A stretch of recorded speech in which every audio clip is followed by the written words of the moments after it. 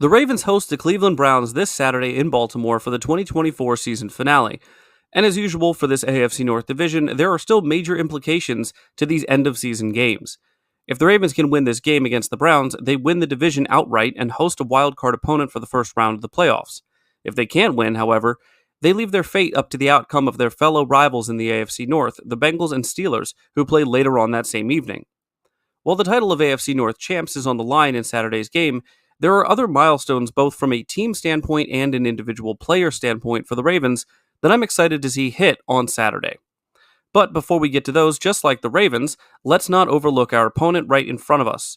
The Browns have only won 3 games this season, and while they are on a 5-game losing streak, they were also on a 5-game losing streak before beating us at the end of October in Week 8. So let's get into the matchup and see what the Ravens need to do to win and get their second payback win over another AFC North opponent in as many weeks. Let's get to it.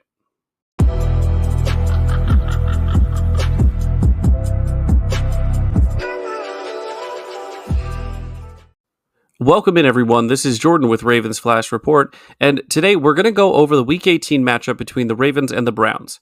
Now, if you like this preview and the milestone content that I'll cover after, don't forget to give the video a like. Also, subscribe and turn notifications on if you're new around here, and comment down below your final score predictions for this final matchup of the Ravens 2024 season. So, like I said in the beginning, the Ravens lost to the Browns in Week 8, allowing the Browns their first game scoring over 20 points to that point in the season. But, if you can believe it, since that Week 8 loss, the Ravens have gotten better and the Browns have gotten worse.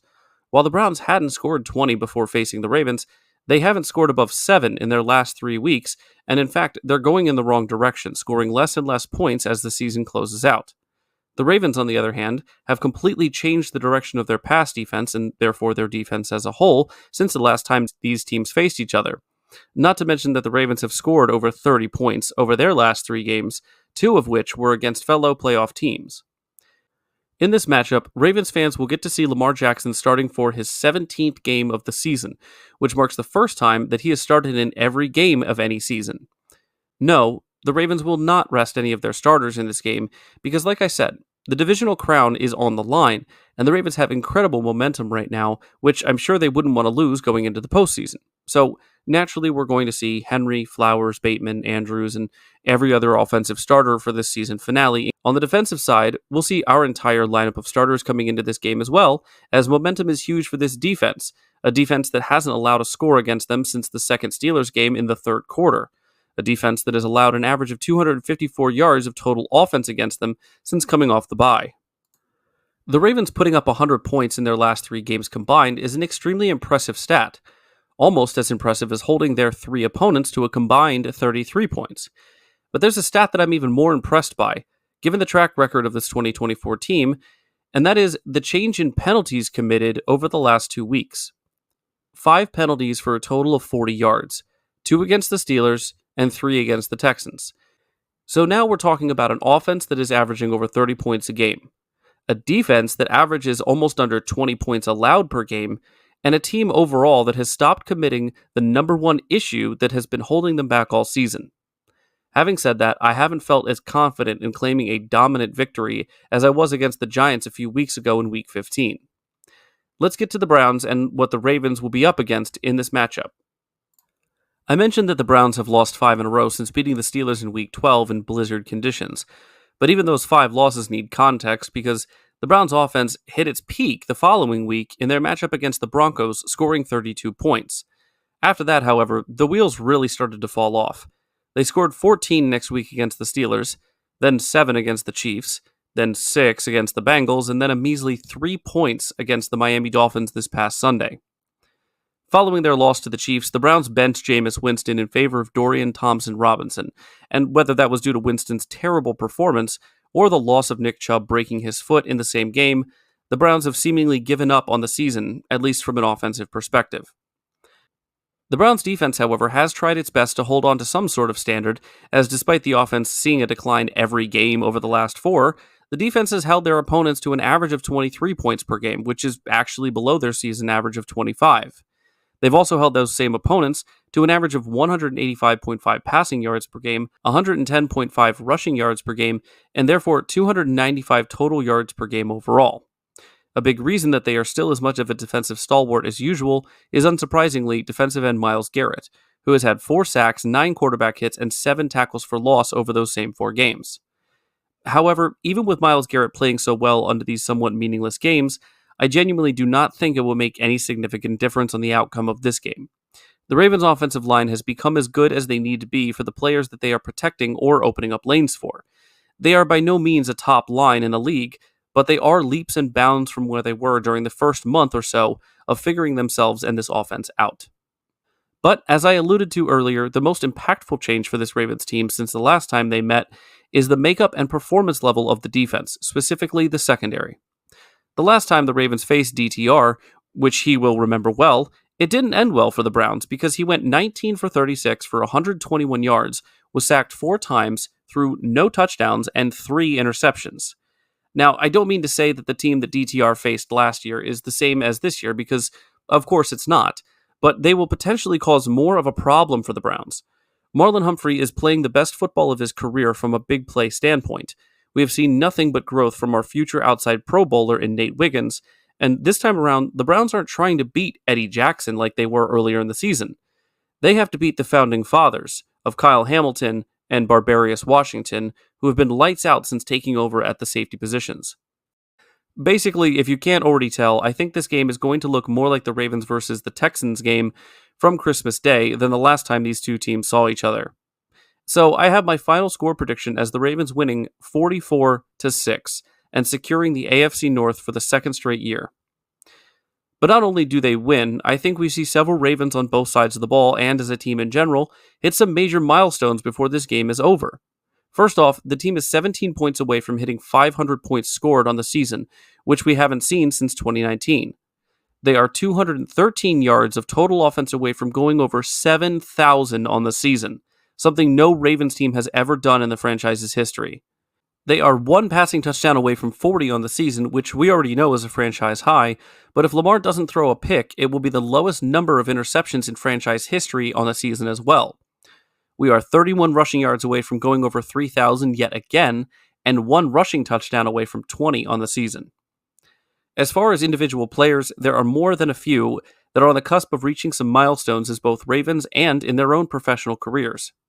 Derrick Henry is just 17 rushing yards away from 1,800 on the season, which is insane to think about, and although he won't hit 2,000 in the regular season, he is already more than 400 yards of any other Raven in franchise history not named Jamal Lewis. Henry is, however, only 47 yards away from hitting 2,000 yards from scrimmage on the season, and he's already tied with Jamal Lewis's 2003 season, having 14 rushing touchdowns. So, if he gets one more, he'll have the franchise record. Zay Flowers is only 53 receiving yards away from 1,100 on the year and moving himself into an elite group of only 4 other Ravens who have hit that number in a single season, including Qadry Ismail, Torrey Smith, Michael Jackson, and of course, Mark Andrews.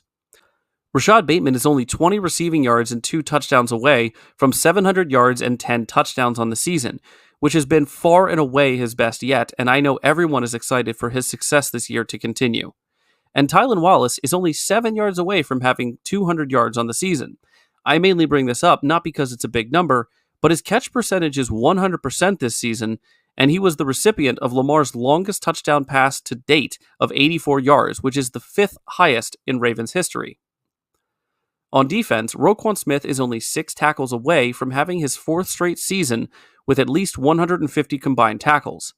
But he's also only 5 combined tackles away from having 1,000 over his 7-year career. Marlon Humphrey is only 1 interception away from having 20 over his career, 6 of which he got this season, but that would put him at the same career number as Dwayne Starks and Rod Woodson. He is also 2 pass defenses away from a single season high of 16, which would also put him above Ladarius Webb all-time for the Ravens, where he would rank 4th in that category, only behind Ray Lewis, Ed Reed, and Chris McAllister. Kyle Van Noy needs 1 more sack to hit 55 in his career, which is also crazy because he has 11.5 on the season, and he had 9 last year, meaning that in his 2 years with the Ravens, he's gotten 38% of his total career sacks. And speaking of sacks, Odafe Owe is only 1 away from having his first double-digit sack season.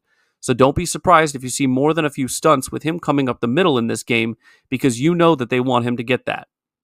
There is opportunity for many of these players to hit either season or career highs in this game, but for Lamar Jackson, who has already achieved so much this year, there is a chance to push the ceiling of his accomplishments out into space. As I mentioned earlier, Lamar already has the single season franchise record in passing touchdowns locked up, but one more puts him at a nice even 40.